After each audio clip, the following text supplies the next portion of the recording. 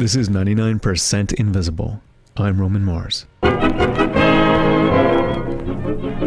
Tomorrow night, 15,000 cheering fans will pack Madison Square Garden in New York City to witness a giant basketball doubleheader. In that cheering crowd, sitting in row C, seat 11, will be a modest 77-year-old man. Those fans won't know that he made possible the game they're watching. But you're going to meet him now. That tape is from an old New York radio show called We the People.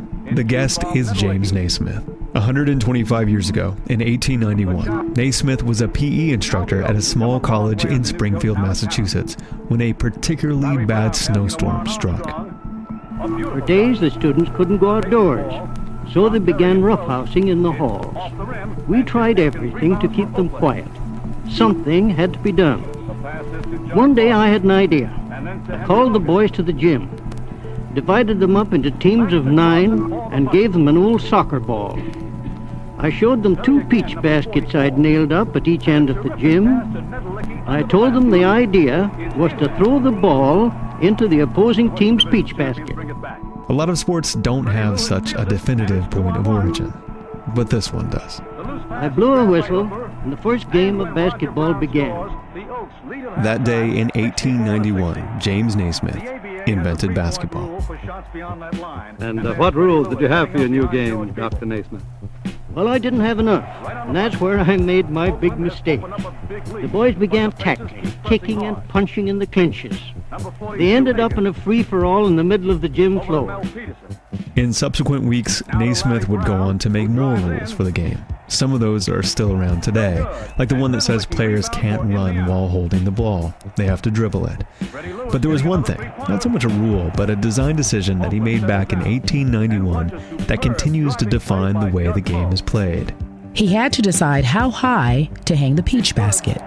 That's Carrie Champion. She's an anchor at ESPN and host of the Be Honest podcast, and she's going to help us tell our story today. Naismith chose to hang the peach basket at 10 feet above the court floor.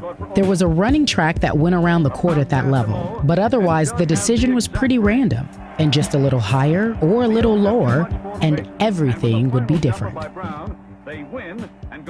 That arbitrary decision to put the basket at 10 feet caused the game of basketball to take shape around the tallest players. But it happened gradually. In fact, in the beginning, the game was played by shorter, less imposing players. In the very early days of the game, people didn't really have a conception of height having really any importance to the game. That's writer and journalist Andrew Heisel. So a lot of the high scorers in the very early days were guys who were like 6 foot tall. It was not until a few decades in that teams started recruiting really tall guys. And at the time, they were sort of referred to often as goons. Nowadays, if you play a little rough or dirty, you might be called a goon. Back then, big men were sometimes called goons just because they were big. The first so-called goon to have a major impact on the game was a big white dude named George Mikan, who played for the Minneapolis Lakers from 1948 to 1956. He was a 6'10" monster who wore big round spectacles when he played. Two giants jump in front of the Laker basket. Notice the comparative size of referee Ekman. Mikan towered over his opponents and broke scoring records with his strength and accuracy. George Mikan forces his way through the center, spins and shoots, and is fouled by Paul Female. Watch Mikan get the rebound. Mikan was such a force they actually had to change some rules in the game to offset his advantage. For example, the rule against goaltending came about because of Mikan. Goaltending is the act of catching or batting away another player's shot as the ball is on a downward path toward the basket. Mikan was so tall he could just stand under the basket and swat away shots by the other team. Goaltending was banned in 1945. But rule changes didn't stop George Mikan or his fellow big men from dominating defensively and offensively. You started seeing people saying, like, it's too easy to score. Like, they were really sort of disgusted. They thought this should be a triumph to get the ball in the hoop, not something that happens 100 sometimes a game. The ease with which these super tall players could put the ball in the basket was alarming people. The traditionalists didn't like the way the game was going, but they had no idea what was about to hit them. Slam dunk is the Lakers. The dunk. sometimes called the slam dunk. The first one in an organized game happened in 1936, but dunking didn't really get going in basketball until the 1960s. And man, the traditionalists, they hated the dunk. But not just because it was a new, unconventional way to put the ball in the basket. The dunk became political. The key year is 1966. That's Matt Andrews. My name is Matt Andrews. I teach American history at UNC Chapel Hill, and I have a particular focus on sport and society. So it was in 1966. In the NCAA championship game, Texas Western, with an all-black starting five, easily defeat Adolph Rupp's all-white University of Kentucky team.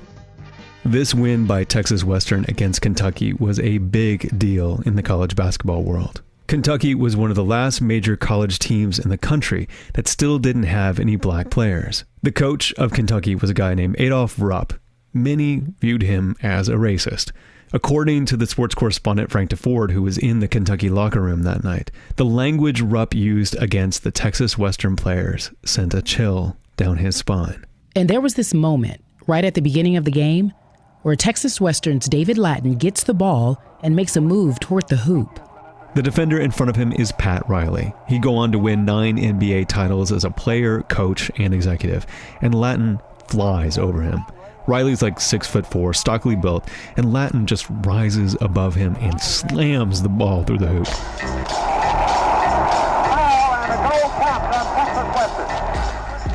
Texas's victory and Lattin's dunk were seen as direct challenges to the establishment. After all, this was 1966. There was a lot going on in America. The Black Panthers had become a visible force. In Oakland, the Panthers had armed and organized themselves to protect their communities from brutal, racist police. And many white Americans were worried a revolution was about to take place. Black power was this new evocative phrase.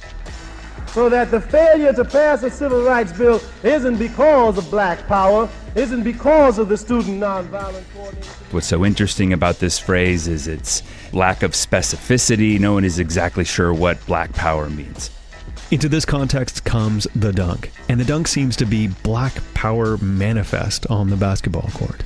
The dunk is physical. The dunk is forceful. You know, when you lay the ball in, you're laying the ball in. But when you dunk, you're doing it to someone. And at a time when so many white Americans are uneasy with the specter of black violence, the dunk becomes suspect. Then to scare people like Adolph Rupp even more comes a player called Lou Alcindor. He would later change his name to Kareem Abdul-Jabbar and become one of the most exciting and famous players in the history of the game. But in 1967, he was a young man, 7 feet, 2 inches tall, and already tearing up the college game with his vicious dunks and fast movement. Alcindor surrounded by white shirts. Unstoppable. So the NCAA, that's the National Collegiate Athletic Association, made a decision. The only way to stop this guy was to get rid of the thing he did best, the slam dunk. In 1967, they banned the dunk. And for 10 years, there's no dunking in college basketball.